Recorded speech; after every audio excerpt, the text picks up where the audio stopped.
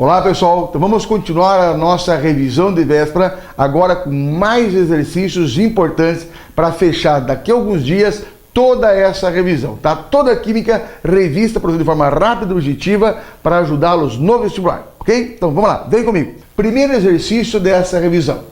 Sal, vilão ou mocinho? Substância imprescindível ao equilíbrio das funções orgânicas, o cloreto de sódio pode produzir efeitos indesejados ao ser consumido em excesso. Um pequeno parêntese. Cuidado nas provas com a aplicação do sal. Temos inúmeras aplicações. Quais são as mais importantes, você lembra? Bom, sal, usado na alimentação humana, podendo causar alguma doença quando consumido em excesso? Claro, Tigão, que é a chamada hipertensão arterial. O sal também sendo usado como conservante de alguns alimentos. Lembre do bacalhau, da carne seca, que por osmose retira a água desses alimentos, impedindo o crescimento, o surgimento de micro-organismos. E o terceiro, como um medicamento poderoso, caseiro, que pode evitar a morte de muitas crianças, que é a fabricação do soro caseiro, que é um copo com água, um pouquinho de açúcar e uma pitadinha de sal, o soro caseiro. E uma outra também aplicação, que no Brasil tem surgido já com alguma frequência, nós estamos mudando nosso clima, né? Que é jogar esse sal nas rodovias, nas autopistas, durante o inverno, para impedir o congelamento da água, causando acidentes. Então, poderia ser usado na nossa alimentação humana, na conservação de alimentos, no soro fisiológico e durante o inverno, impedindo o congelamento da água nas rodovias. Chamado isso de propriedade coligativa do tipo crioscopia. Legal? Então, tem uma rápida revisão sobre o sal, voltemos ao teste. A demanda natural desse composto fez que ele superasse o ouro como valor estratégico e fosse base para remunerar trabalho. Lembre do salário. Tanto os íons sódio como os íons cloreto são essenciais para a manutenção da vida animal, controlando o volume de líquidos e a manutenção da pressão arterial. O sal apresenta inúmeras utilidades, sendo considerado o mais antigo aditivo alimentar. Dentre os usos do sal, destaca-se o soro fisiológico, uma solução a 0,9% de cloreto de sódio. Olha agora a pergunta. Com base nessas informações, é correto afirmar que a solução é do tipo, vamos lá, eletrolítica, não eletrolítica, eletrolítica, não eletrolítica, eletrolítica. Pausa. O que é uma solução eletrolítica? É aquela solução aonde ela conduz corrente elétrica. A solução eletrolítica é formada por um eletrólito que, colocado em água, gera uma solução iônica, permitindo a passagem da corrente elétrica. Solução não eletrolítica é aquela que é formada por um não eletrólito, ou seja, ela não forma íons em solução. Logo, ela não permite a passagem da corrente elétrica. Nós sabemos, e já vimos isso em algumas revisões anteriores, deve lembrar dessa questão, que o sal é um composto iônico. Ao colocar na água, ele sofre uma dissociação iônica. Ele separa os íons, formando, então, solução eletrolítica. Então, solução de sal, água salgada, permite a passagem da corrente elétrica, é uma solução eletrolítica. E o sal, que é o soluto, é chamado de um eletrólito. Por favor, lembre disso. Lembrei agora. Cuidado com outro eletrólito importante. O eletrólito da solução da bateria dos automóveis é o ácido sulfúrico. Só que lá ele sofre uma ionização. Ácido sulfúrico ioniza na água e a solução da bateria dos automóveis é uma solução também eletrolítica, ok? Legal? Voltemos ao teste então. Então o sal é uma solução eletrolítica. Então eu já posso eliminar as alternativas B e a alternativa D. Falta agora a concentração em mol por litro. Moçada, concentração em mol por litro era chamada, até um tempo atrás, de concentração molar ou molaridade. Isso é errado? Não, mas é mais antigo. A forma moderna de eu expressar isso é concentração em quantidade de matéria. Lembre, concentração em quantidade de matéria, mol por litro. Então vamos lá, vamos à resolução do teste. Ele falou no teste aqui, vamos voltar aqui, pessoal, que o soro é uma solução a 0,9% de cloreto de sódio. O que quer dizer 0,9%? Vamos lá, traduza isso. 0,9%. 0,9 gramas em 100 ml de água. 0,9%. 0,9 gramas em 100 ml de água. 58,5 gramas é a massa molar. Está aqui, NaCl, 58,5 gramas. Então, essa é a massa de 1 mol. Se essa é a massa de 1 mol, 0,9 gramas é a massa de X mols. Ora, essa é a massa de 1, 0,9 é a massa de X. Resultado, 0,0154 mols. Isso em 100 ml de água. Então, 0,9% é 0,9 gramas em 100, que é a mesma coisa que 0,0154 mol em 100. Em 1000, que é 1 litro, estou apenas aumentando 10 vezes a resposta, 0,154 mol por litro, ou mol vezes litro a menos 1. Cuidado com essa montagem. 0,9%, 0,9 gramas em 100. Transforma 0,9 gramas em mol. 0,9 gramas ou 0,0154 mol em 100. Em 1000, 0,154. Alternativa correta, letra E. Eletrolítica e concentração 0,154 mol por litro. Questão interessante, questão boa, muito cobrada em prova. Principalmente em vestibulares agora de verão, onde é muito comum as crianças desidratarem. Para evitar uma coisa mais grave, né? Nós usamos o soro caseiro. Bem fácil de fazer e importantíssimo, salva a vida de muitas crianças, ok? Vamos então a mais um teste. Vem comigo. A cachaça é um produto genuinamente brasileiro, reconhecido internacionalmente e registrado na Organização Mundial de Comércio. A produção artesanal, com a utilização de alambiques de cobre, atinge 300 milhões de litros por ano. Os apreciadores avaliam que o produto artesanal tem melhor qualidade e sabor do que o produzido em alambiques de aço inoxidável.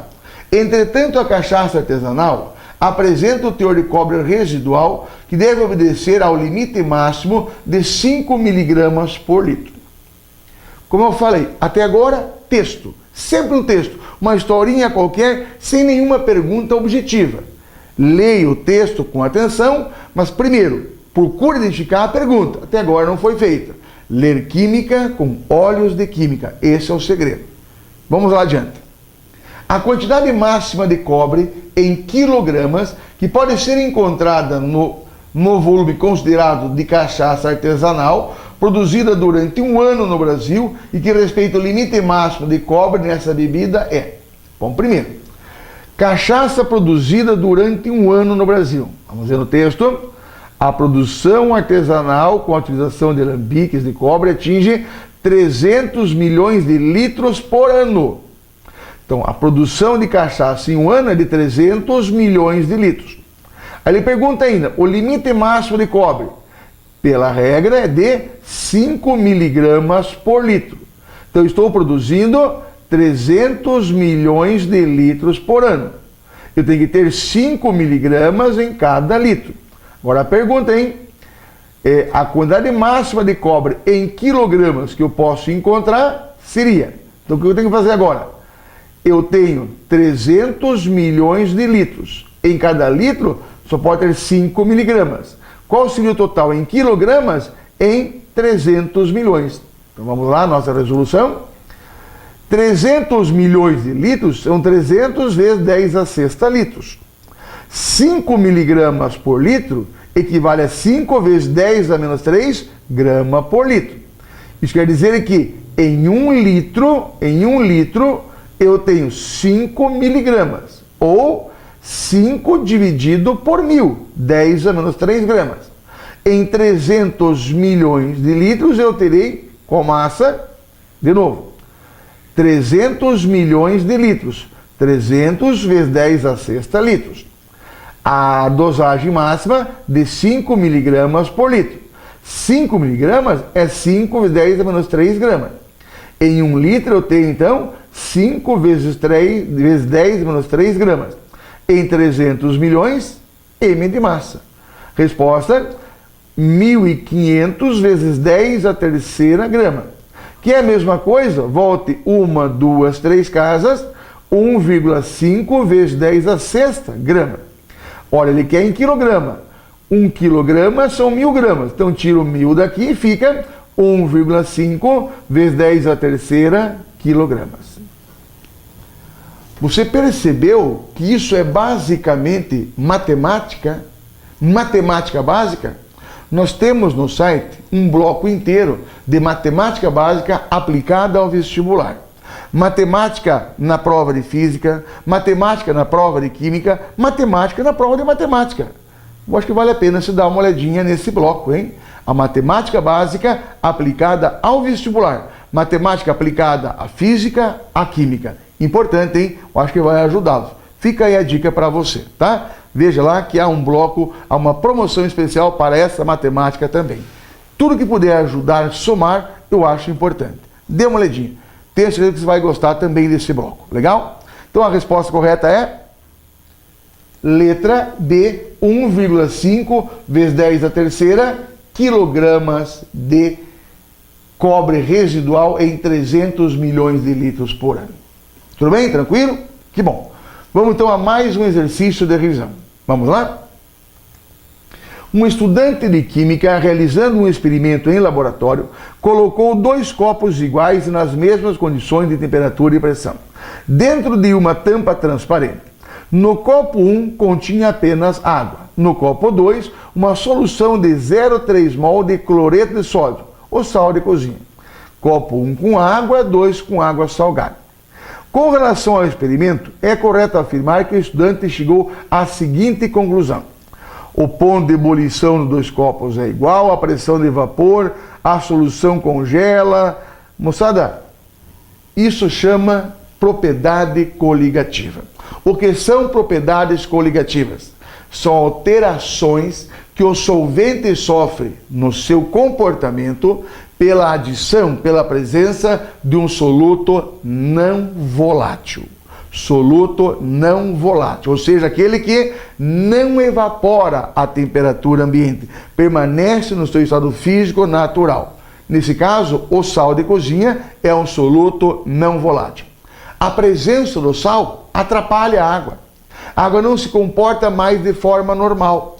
A essas alterações no comportamento, eu chamo de um efeito ou propriedade coligativa. Por exemplo, somente o copo com água, a água evapora.